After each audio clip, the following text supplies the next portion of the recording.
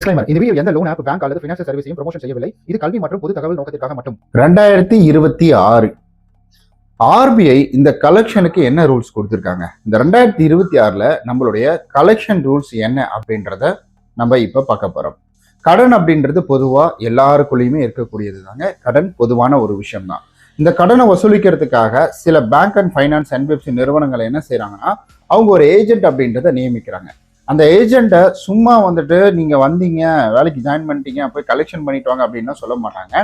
So ஜென்ரலா ஒரு agency இருக்கு அப்படின்னா அந்த ஏஜென்சி அப்ரூவ்டு வாங்கி தான் இருக்கும். சும்மா வந்தவங்க போனவங்களாம் ஏஜென்சி வச்சிட முடியாதுங்க. அதே போல இந்த மாதிரி இருக்கிற ஒரு ஏஜென்சி பர்சன் அவங்களுக்கு வந்துட்டு ஆர்பிஐ ரிஜிஸ்டர்ல இருக்கக்கூடிய வந்துட்டு, அதாவது ஏதாவது ஒரு சர்டிஃபிகேட் வாங்கியிருக்கணும், அந்த ஆர்பிஐல டிஆர்ஐ சர்டிஃபிகேட் வாங்கியிருப்பாங்க. அந்த மாதிரி அத்தாரிட்டி பர்சன் மட்டும்தான் அங்கே வேலைக்கு வச்சுப்பாங்க. ஸோ இது எல்லாமே வந்துட்டு ஒரு கலெக்ஷனுக்கான ஒரு விதிமுறைகள் அப்படின்றது நமக்கு தெரியும். உங்களுக்கு தெரியுமா என்னன்னு தெரியல, பட் நான் இந்த ஃபீல்டில் இருந்தேன்னா எனக்கு தெரியும். இதில் தெரிஞ்சுக்கோங்க. ஒரு ஏஜென்சி அப்படின்றது சும்மா போயிட்டு காசு வாங்கிட்டு வரணும் சொல்லிட மாட்டாங்க. அவங்களுக்கும் தனியாக ஒரு ஆள்கள் இருக்காங்க, அவங்களுக்கும் ஒரு கட்டுப்பாடு அப்படின்றது. அதெல்லாம் நமக்கு தெரியுமா அப்படின்னு கேட்டிங்கன்னா தெரியாது. நம்ம லோன் வாங்குறோம், கட்டமெல்லாம் யாரோ ஒருத்தவங்க கால் பண்ணுறாங்க, பேங்க்ல இருந்து வந்துட்டு ஒரு கால் வருது அப்படின்ற பட்சத்தில் அதுக்கு ரெஸ்பான்ஸ் பண்ணுறோம். பேங்க்ல இருந்து ஒரு பர்சன் வந்தால் ரெஸ்பான்ஸ் பண்ணுறோம். அதுவே கலெக்ஷன் ஏஜென்ட்ல இருந்து ஒரு பர்சன் வந்தால், ஏஜென்ட்டா நான் வாங்கினா பணம் வாங்கலையே, நீ என்ன என்கிட்ட கேட்க வர, கிளம்பு காத்து வரட்டும் அப்படின்ற மாதிரி நம்ம சொல்றோம். அதுக்கு வந்துட்டு சான்சஸே கிடையாது. ஏன்னா நம்ம அந்த ரூல்ஸையும் தெரிஞ்சுக்கணும், இந்த ரூல்ஸையும் தெரிஞ்சுக்கணும். ஒரு பேங்கோடைய அனுமதி இல்லாம, ஒரு என்பிஎஃப்சி நிறுவனத்தினுடைய அனுமதி இல்லாம, ஒரு ஃபின்டெக் அப்ளிகேஷன் நிறுவனத்தினுடைய அனுமதி இல்லாம உங்ககிட்ட கலெக்ஷனுக்கு யாரும் வர முடியாது. அவங்க ஐடி கார்டு வச்சிருக்கிறாங்கன்னா அவங்க தான் அத்தாரிட்டி. ஸோ அவங்க வந்துட்டு இது போல ஏன் சார் பணம் கட்டல, பணம் கொஞ்சம் கட்டி கொடுங்க சார்ன்ற கேள்வி கேட்கலாம். சரி, இப்போ இவங்களுக்கெல்லாம் வந்துட்டு ரூல்ஸ் அண்ட் ரெகுலேஷனை பார்த்துட்டாங்களா? அடுத்தது நம்ம இப்போ ஒரு லோன் எடுக்கிறோம். அந்த லோன் கட்ட முடியாத சூழ்நிலையில நம்ம வீட்டுக்கு கலெக்ஷன் வராங்க. அந்த கலெக்ஷன் வரக்கூடிய நபர் அப்படின்றது நம்ம வீட்டுக்குள்ள வரலாமா அப்படின்னு கேட்டீங்கன்னா, உங்களுடைய அனுமதி இல்லாமல் வீட்டுக்குள்ள வரக்கூடாது. இன்னொரு விஷயம் என்ன தெரியுங்களா, உங்களுடைய அனுமதி இருந்தாலும் வீட்டுக்குள்ள வரக்கூடாது. அவங்களுக்கு அதுதான், கஸ்டமர் வீட்டுக்குள்ள போகக்கூடாது, வெளியில வச்சு பேசு. இல்லையா, ஆபீஸ்ல வர சொல்றாரா, அங்க வச்சு பேசு. ஆனா வீட்டுக்குள்ள போய் அமர்ந்து நீ பேசுறீன்னா அப்ப அதனால வரக்கூடிய விளைவுகளை நீ தான் பார்த்துக்கணும். அதுவும் எங்களுக்கு தெரியாது அப்படின்ற மாதிரி. அப்போ இங்க வரக்கூடியவங்களுக்கு ஆல்ரெடி ட்ரைனிங் கொடுத்துடுவாங்க. அதாவது போய் சண்டை போட்டு பணத்தை வாங்க, அதெல்லாம் கிடையாது. சீரியஸா சொல்றேன். ஏன்னா நான் 6 மாசம் கிட்ட வந்துட்டு அந்த கோர்ஸ் அட்டன் பண்ணியிருக்கேன். ஸோ சீரியஸா சொல்றேன். அதுல என்ன சொல்லுவாங்கன்னா, இது போல பேங்க் ரூல்ஸ் என்ன, ஒரு கஸ்டமர்கிட்ட எப்படி பிஹேவ் பண்ணணும். ஒரு பேங்க்கு நீங்க எக்ஸாம் எழுதுறீங்களா, அதே போலதான் இதுவும். டிஆர்ஐ எக்ஸாம் எழுதுன்றது அதே போலதான்.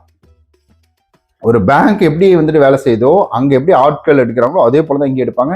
டிஆர்ஐ எக்ஸாம் எழுதணும், சிஸ்டம்ல தான் அது எல்லாமே வரும். அந்த சிஸ்டம்ல போயிட்டு நம்ம வந்து அதுல டிக் கேட்கும், என்னென்ன வந்துட்டு right 1, 2, 1 mark question, 2 mark question மாதிரிலாம் கேட்கும். அதெல்லாம் டிக் பண்ணி வந்துகிட்டே இருக்கும். ஸோ அந்த ரூல்ஸ் அண்ட் ரெகுலேஷனை மட்டும் தான் கேட்கும். நீ கலெக்ஷனை பத்தி அங்க வரவே வராது. கஸ்டமரை போய் பார்க்குற, உங்கள்கிட்ட காசு வாங்குற அப்படின்ற மாதிரி வரவே வராது. கஸ்டமரை போய் பார்த்து இங்கே இருக்கக்கூடிய சுச்சுவேஷன் எக்ஸ்பிளனேஷன் கொடுக்குற. ஸோ எக்ஸ்பிளனேஷன் பண்ணி, சார் இந்த மாதிரி கட்டலினா உங்களுக்கு ஃபியூச்சரில் CIBIL impact, late payment charge, penalty இதெல்லாம் வரும் சார், ஃபியூச்சரில் லோன் கிடைக்காம போயிடறதுக்கான வாய்ப்புகள் இருக்குது அப்படின்ற கரண்ட் சுச்சுவேஷன் எடுத்து சொல்கிறேன். அதுக்கப்புறமா அவங்க கட்டலினா ஃபர்தராக நாங்கள் வந்துட்டு கோர்ட்டு மூலிமா அணுகி அந்த பணத்தை எப்படி வாங்கணுமோ வாங்கிக்கிறோம் அப்படின்ற மாதிரி. அதெல்லாம் அவங்க சொல்ல மாட்டாங்க. ஸோ நான் சொல்கிறேன், நான் இந்த இடத்துல அந்த கோர்ட்டு மூலிமான்றது, ஸோ நாங்கள் பண்ணுறது பண்ணிக்கிறோம் அப்படின்னு லீகல் மூலிமா அவங்க போயிடுவாங்க. ஸோ உன் வேலை என்னன்னா, இங்கே போயிட்டு இருக்கிற விஷயத்த எக்ஸ்பிளனேஷன் கொடுக்கறது தான். அவர் கேட்கக்குள்ள பேங்கை பற்றி ஏதாவது கேட்டாரா திருத்துன்னு முழிக்கக்கூடாது. நீ எக்ஸாம் எழுதிருக்கிற, நீ போய் வந்து கரெக்டாக தெளிவாக சொல்லணும். அதே போல வீட்டுக்குள்ள வரக்கூடாது அப்படின்றது ஒரு நிதர்சனமான ஒரு உண்மை. அது மட்டும் இல்லாம பக்கத்து வீட்டுக்காரங்கள்ட்ட போய் சொல்றது, இல்ல பக்கத்து வீட்டுக்காரங்களை போய் அவங்கள போய் கேள்வி கேட்கறது, என்ன பக்கத்து வீட்டுல இருக்கிற நீ சொல்ல மாட்டியா அப்படின்ற மாதிரி கேள்வி கேட்கறது, இது எதுவும் பண்ணக்கூடாது. நட்ரோட்ல நிறுத்தி வச்சு நாக்க பிடிங்கிற மாதிரி 40 கேள்வி கேட்கறேன்னு சொல்லுவாங்க பார்த்தீங்களா, அந்த மாதிரி வார்த்தைகளை நீ உபயோகப்படுத்தக்கூடாது. இந்த இடத்துல இன்னொரு விஷயம் சொல்ல பாக்குறேன் நான்.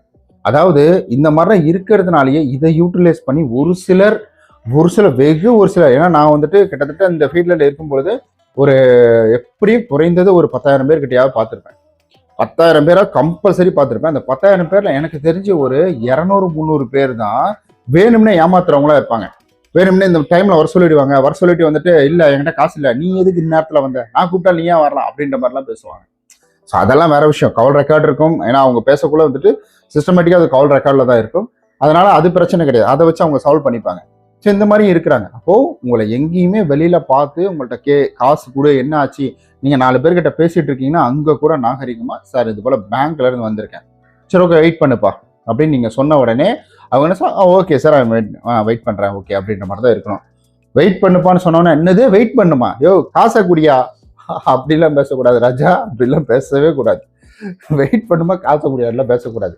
ஓகே சார் வெயிட் பண்றேன். அந்த இடத்துல போயிட்டு 4 பேர் முன்னாடி நீ காசு கொடுக்கல, பேங்க்ல இருந்து வந்திருக்கேன், நீ பணத்தை கொடு, என்னாச்சு, ஏன் ஃபோன் போட்டா எடுக்க மாட்டேன்ற அதெல்லாம் இவங்களோட ரூல்ஸ் என்னன்னா போய் எக்ஸ்பிளனேஷன் கொடுக்குறது அப்படின்றது. என்னப்பா ஒரே வந்து கலெக்ஷனுக்கு அகேன்ஸ்டாவே பேசிட்டு இருக்கு அப்படின்னா இது கலெக்ஷனுக்கு அகேன்ஸ்ட் கிடையாது. அப்படி பார்த்தா நான் வந்துட்டு இந்த மாதிரி ஏமாத்துறவங்களை பத்தி நான் சொல்லியிருக்க மாட்டேன் இல்லைங்களா. அதாவது முழுக்க முழுக்க ரூல்ஸ் அண்ட் ரெகுலேஷன் தெரிஞ்சுக்கணும். இது அவங்களுக்கு எந்தவித பாதிப்பும் கிடையாது. ஏன்னா அவங்க வந்துட்டு ஸோ ஒரு வேலைக்காக வராங்க. ஆனால் பிரச்சனை என்னன்னா சில டார்கெட் எல்லாம் கொடுத்து இங்கே வந்துட்டு நடக்கும். அதனாலதான் இந்த மாதிரி கோவப்பட்டு பேசுறது, இல்லை அவங்க ஏதாவது ப்ரெஷர் போட்டுருவாங்க, காசு நீ வாங்கிட்டே வந்து அவன்ட்டாப்னு அவங்க மேலதிகாரி யாராவது அவங்க ப்ரெஷர் போட்ட உடனே இவங்களுக்கு வந்துட்டு வரும். இது எல்லாமே இன்டைரக்ட் புஷிங் தாங்க. இங்க வந்துட்டு ஒரு கலெக்ஷன் பர்சன் மட்டும் இங்க வந்துட்டு உங்க வேலை பார்க்கறது கிடையாது.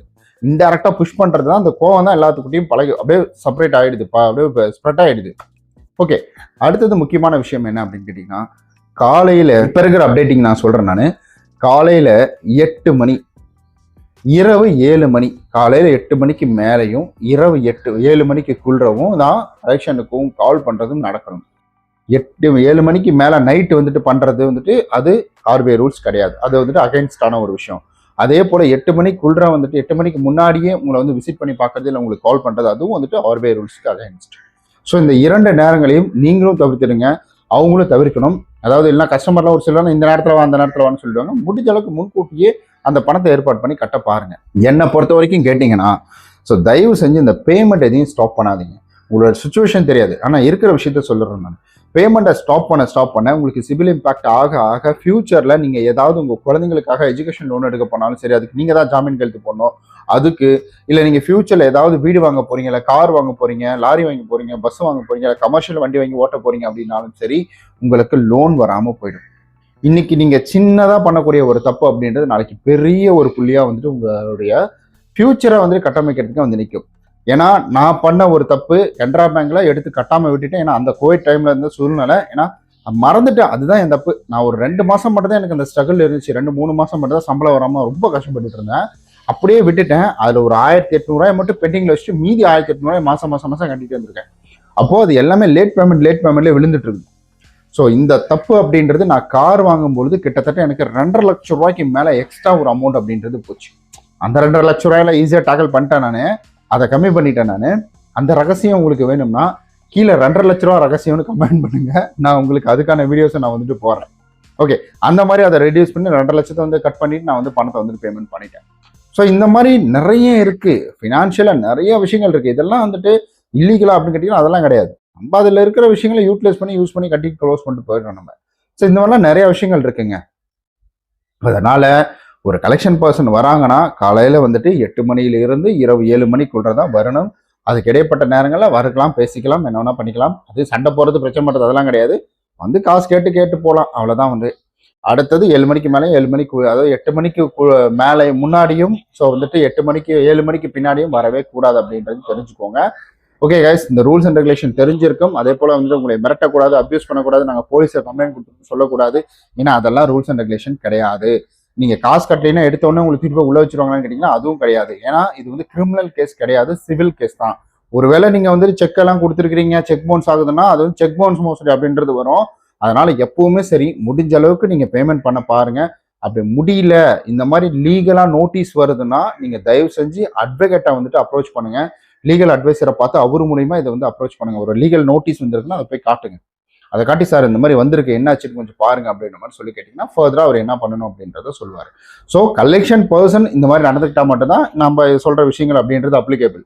இல்லை எனக்கு லீகல் நோட்டீஸ் வருது, எனக்கு மெயில் மூலியம் நோட்டீஸ் வந்துருக்கு, வீட்டுக்கு லெட்டர் வந்திருக்கு அப்படின்னா நீங்க வந்து ஒரு நல்ல லீகல் அட்வைசரை பார்த்து அப்ரோச் பண்ணுறது இட்ஸ் பெட்டர். ஸோ அதுதான் வந்து நியாயமான ஒரு நேர்மையான ஒரு வழியும் கூட. ஓகே கைஸ், இந்த வீடியோ பிடிச்சிருக்கும், பயனுள்ளதாக இருக்கும். ஏதாவது கேள்விகள் இருந்துச்சுன்னா கீழே வந்து கமெண்ட் பண்ணி விடுங்க. நம்ம நாளைக்கு இது போல வேற ஒரு பயனுள்ள வீடியோ சந்திக்கலாம். அதுவரை உங்களிடம் இந்த விடைபெறுவது உங்கள் விஸ்வநாதன். பாய்.